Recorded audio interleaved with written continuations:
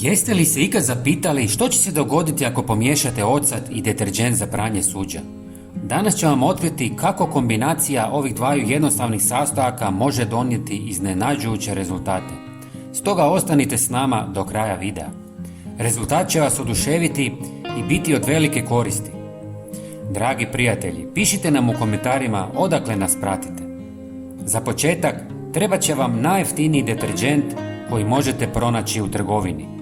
Ulijte 100 ml u plastičnu posudu. Zatim dodajte 100 ml bijelog octa, poznatom po svojim antibakterijskim i antifugalnim svojstvima koja učinkovito uništavaju štetne mikroorganizme. Ocat sadrži kiseline koje razgrađuju masnoće, kamenac i druge vrste nečistoća.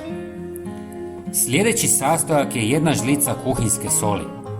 Sol pomaže u dezinfekciji i uništavanju bakterija i plijesni, a dodatno pojačava učinkovitost octa.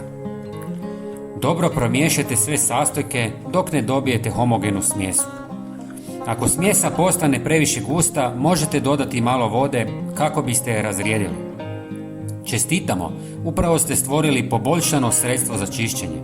Za razliku od komercijalnih sredstava, ovo prirodno sredstvo učinkovito uklanja bakterije i plijesan zahvaljujući soli i octu.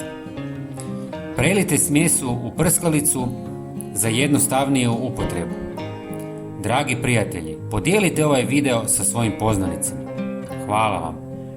Ovaj višenamjenski čistač idealan je za sve površine poput podova, slavine, WC školjke, umivaonika pa čak i za pranje suđa. Možete ga dodatno razrijediti s puno vode, a smjesa će i dalje zadržati odličnu učinkovitost. Hvala vam što ste gledali, veliki pozdrav i vidimo se u sljedećem videu.